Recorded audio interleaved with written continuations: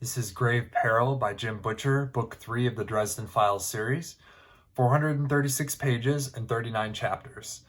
The book opened with a Ghostbusters type scene, still driving the old Beetle, beat up old Beetle, and the main character meets up with Michael, newly introduced character here, whose strength is faith magic.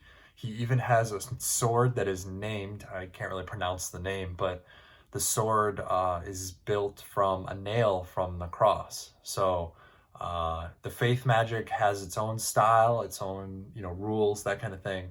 And they team up, so you got a wizard and a knight, and they go bust ghosts. And this is the first experience that we have with the Never Never. Harry crosses over for the first time. He had previously talked about crossing over, but was afraid to because of his fairy godmother. So in addition to Michael, we also meet Harry's fairy godmother. And of course, you think of waving a magic wand, making everything good and happy. It's quite the opposite. So Harry's fairy godmother, they wheel and deal.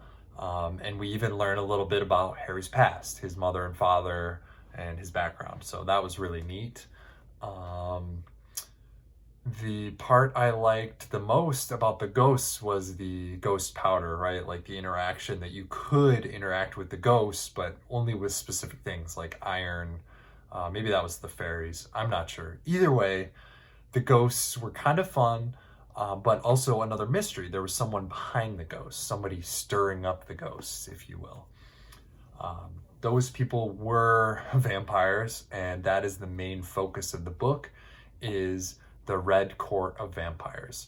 Harry gets invited, and by laws of homestead and invitation, he is safe during his visit to the vampire homestead. And it's a giant celebration in which members of the other vampire courts, there's a white court and the black court, are invited. Also, a dragon is at the party. I really liked that part. Michael and the dragon had a really fun interaction. Being a knight, he has slain a different dragon, so I expect to hear more or read more about that in the future. I'm sure there'll be another confrontation there. Either way, the nightmare battle in the graveyard, that was really cool. I liked that, it incorporated sorrow, loss. There was a cost to the magic, and even like the innocence. Michael's family was there, so like it was Grave Peril, right? The title of the book.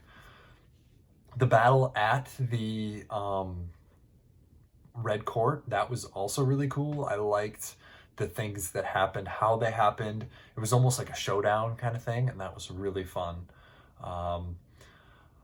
The only thing that I was unsure about was wielding the sword. This was back to the graveyard battle in which Harry tries to wield the sword, and Michael says, that's not how it works. So there's lots of rules and different interactions that happen during this book, and it's a lot to keep up with. You've got the fairy magic, you've got the Never Never, you've got the the vampires who can wield magic, and the ghosts. It's a lot to keep track of, and this one has a little bit more politics in that it's the vampires versus the wizard council, and that kind of kicks off the next storyline for the next book. I'm really looking forward to reading the rest of the series. The chapters just melt away with this book. Great read, good mystery, and it was a fun storyline. So buy your books used.